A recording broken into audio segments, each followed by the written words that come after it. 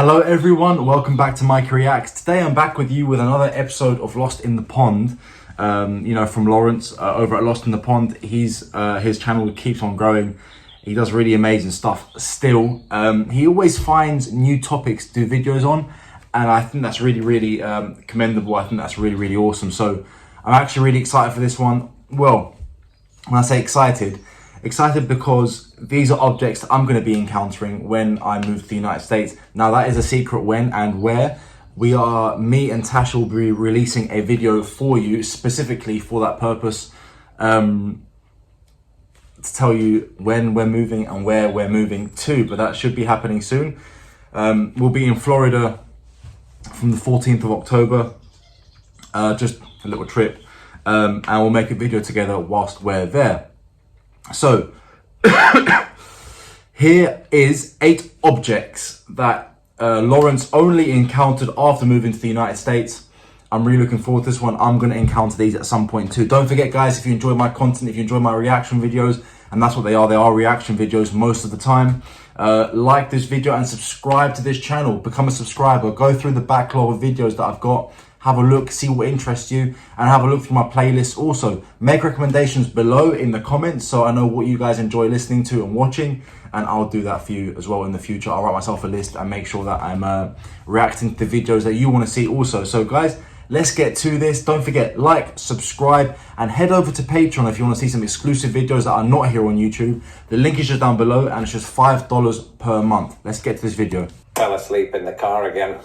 Hello, I'm Laurence, and I'm on a quest to uncover all of the memos that Britain and America lost in the pond, and one of those memos pertains to our roads.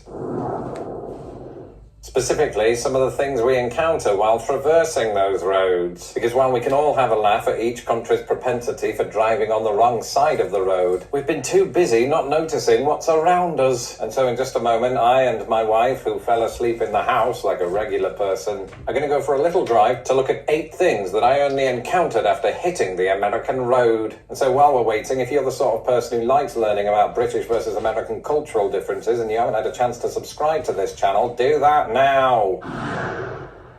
In the meantime, here she is. Let's get going. The shoe must go on. Shoes? Shoes?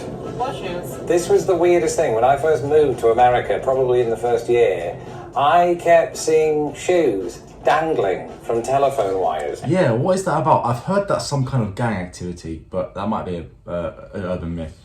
It was weird, because at first I thought, oh, that was just somebody drunk who threw them up there. And then I saw them about 4 or 5 times and thought, maybe it's the same family who like to climb these things and just spontaneously combust. I've seen it before, but I don't know why people do that. It's weird. I didn't see this in Britain. No. And you see it all the time here. But maybe there's another reason behind it. I'm going to look into that in just a moment. Okay, I lied. I actually became aware of this phenomenon before moving to America. I saw it in the film Big Fish with Ewan McGregor. However, since the 2003 film leans heavily into fairy tale, I just assumed that shoe dangling was part of that. But apparently it's fairly common throughout most of America, even if Americans can't agree on the reasons for it. Right. In some regions, shoe tossing apparently commemorates the end of school or the start of a marriage. Others connect the practice to the military, while in major cities like Los Angeles or here in Chicago, popular legend likes to link it to the activity of gangs. Either way, Yeah, so that's what I've heard. That's what I've heard anyway.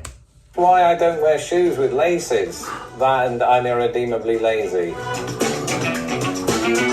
Speaking of films, that brings us on perfectly to our next entry, which is water towers. And at this point, I can visualise Uncle Toby frantically typing away on his keyboard saying something like, "Ooh, Laurence, what do water towers have to do with films?" And also, we have water towers in the UK. What's your point? Well, let me address both points one by one. The film is What's Eating Gilbert Grape, right? We've all seen that scene where Leonardo da Vinci, DiCaprio, climbs up a water tower and the whole town tries to get him down. And watching that film growing up in England, I couldn't couldn't help but notice two things. One, that the water tower appeared to be quite top-heavy, and two, that it was entirely made of metal. You see, typically, water towers in Britain are these concrete, brutalist-looking buildings that look like something from a scary film, which is why my brother and I had nightmares. But in America, it turns out that the water tower in what's eating Gilbert Grape is a fairly old-style one. The ones I see around towns here in the Midwest look just as metallic and even more top-heavy. And the fun thing about American water towers is that they actually help you pinpoint where you are, because in the event that your GPS goes down, you can simply look out of your window and realise you've ended up in Salem. Thankfully, this is just stock footage from my provider, and I'm not a witch or living in the past. Plus, that was Salem, Ohio, not Salem, Massachusetts. Oh, America. Oh, there's something we don't have a lot of in Britain. It is what looks like a huge bouncing castle, but is in fact a sort of, well, kind of a blow-up building, an inflatable building. And I think when I first saw one of these, I just assumed that's where America stores all of the aliens. But it's actually a lot more innocent than that. What usually happens inside these big blow-up buildings? Tennis? Tennis. It's a sports and recreation centre, and these things are sort of all over the Midwest. And even on our honeymoon, when we went to the Eagle's Nest, which is a restaurant high up in Indianapolis, we overlooked the RCA Dome when it was still around, and that was similar looking. It was just larger. I didn't know that. I just realised I do a... Yeah, we don't have that at all in the UK. They see English footballers honing their skills in domes like this. So since I left the UK, perhaps they took off. You know, not literally. That would be chaos for air traffic control. But they do look like they could. Yeah, they do. In the past, my subscribers have heard me talk about how American roads are often lined with billboards. But in the interest of not wanting to cover old ground again, I'd like to talk about a different type of board entirely. Notice boards. Specifically, notice boards that you tend to see outside of churches or schools. And again, calm down, Toby. I know we have those in Britain. Yeah, what we don't have, too. or at least didn't when I lived there, are electronic notice They're still not there. We still don't have those. boards. These things are everywhere. At school, it might say something like, "Ooh, this week the kids are having a fun run." Or if it's outside of a church, "Jesus is returning this Tuesday, bring water." Whereas in Britain, if we have notice boards like this, they're probably handwritten in chalk or written on a piece of paper with an arrow through it. There's a Thai place over here next to Trader Joe's. It's really good. Hey, Go and eat there. take a break from the video and do that. Yeah. Before I do that, though, I just want to talk about traffic lights. In America, you have traffic lights that are literally hanging, seemingly by a thread.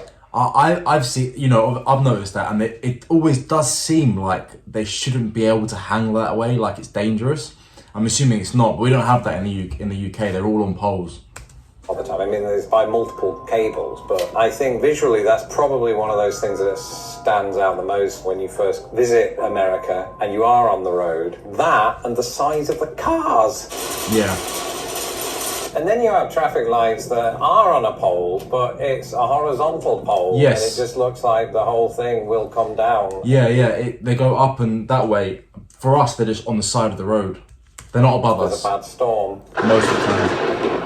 Whereas in Britain, our traffic lights usually sit on a vertical pole at the side of the road. Yeah, exactly. Personally, I don't care about this either way. I just want to know what you call them. Because in America, I've heard traffic light, stop and go light, and just stop light. Let me know in the comments below. Yeah.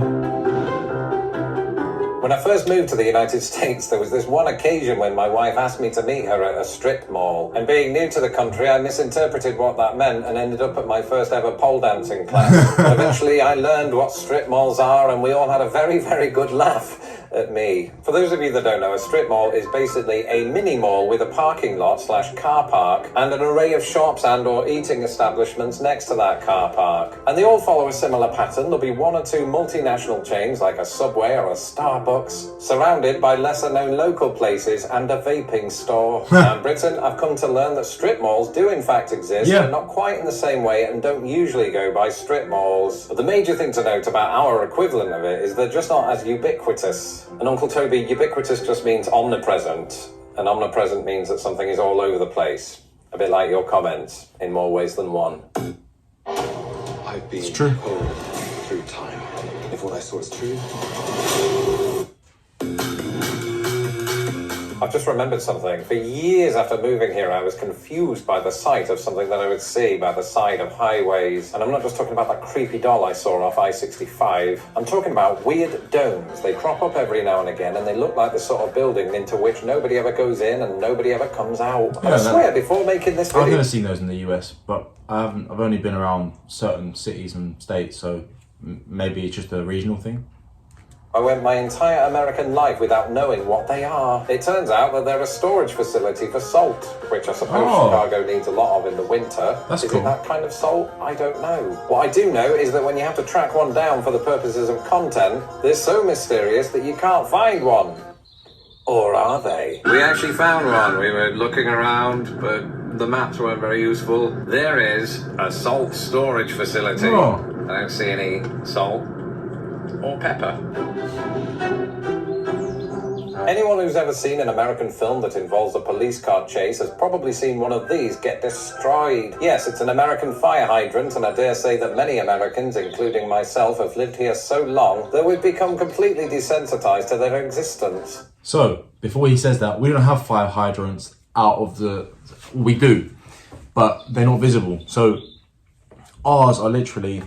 It'll be a square, like, little cover on the street, on the road, and the firefighter, when they need to use them, they just lift up this cover with a specific key and screw their hose into the ground, essentially. They're not above ground.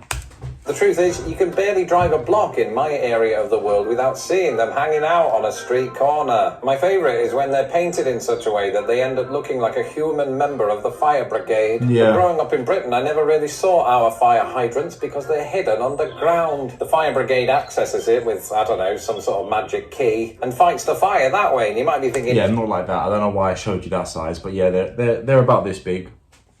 How do they know where it is? Simple. If you've ever been to Britain, you might have noticed these little pillars containing the letter H. Yes. It's just a marker letting everybody know where the hydrant is. I just wanted to explain that for those of you who wondered why British action films don't have the trope of the damaged hydrant. Anyway, most American hydrants look like this. I would get up close, but I don't own it. Plus it's covered in dog piss. Arthur, can you smell Penelope on that? Such a romantic story. And that's it for this episode. I'm Laurence Brown. You can follow me on Twitter and or Threads. And don't forget to subscribe to this channel so that I don't have to. Here's a video that you're going to watch. Yeah, so actually it's quite valid. There's a lot of societal things, or the way, like infrastructurally, that separates the UK and the US in, you know, and these are small things. Like, of course, both countries have fire hydrants, just a different way of doing it. And the salt, I mean, we must have salt storage. I mean, it snows in the winter time. The roads get icy in the winter real bad here in the UK. More so up north, but I mean, look, it's countrywide. Our winters are quite cold. I would probably say they're not as cold as like a Montana winter, for example, or a Minnesota winter. But maybe Chicago, yeah, I suppose, yeah. It's probably quite similar. Although the last couple of winters have been pretty mild here in the UK. So we must have salt storage, and I'm assuming salt storage is for that reason specifically. I'm assuming it's not table salt, because that would be owned by private corporations and they wouldn't just put them on the side of the road like that. So I'm assuming that those are government owned, and that is for gritting the roads. And I've never seen anything like that. Maybe that we do have storage facilities that I just don't know what they are, don't know what they look like. But yeah, I mean, that's pretty cool. Laurence is really, really good at explaining these things. He obviously does his research. He's pretty awesome. And I like the fact that he literally drives around to get the content that he needs. I think that shows so much dedication to what he's doing. And yeah, he's really, really good at what he does. I love watching his videos, and I wish him the best success. I'll leave the link for this video down below in the comments. If you guys want to watch it uninterrupted without me talking over it or reacting to it, should I say. If you just want to see the video in its entirety without me in it, I'll leave a link just down below. Don't forget, guys, if you enjoy this content, like this video. Reactions is what I do. I like learning new things. That's all it is. I like learning new things. I am branching out and doing a bit more than just reaction videos. I'm going to start making my own content completely separate from reaction videos. So please watch out for that. But I love learning new things. I'm a huge YouTube user, and that's why I do these reaction videos. I watch YouTube I hardly watch any TV. Mostly, if I'm going to entertain myself, I'll use YouTube. So it stands to reason that I would sort of share the videos and the content creators that I enjoy watching with you guys. So guys, have a great day. Don't forget, like this video, leave a comment down below of what you want to see next. Subscribe to the channel, hit the notification bell so you don't miss out on any new videos, and head over to Patreon. Just down below, the link is in the description just down below. It's just $5 per month, and I hopefully will see you there. Guys, have an amazing day, and I'll see you on the next video.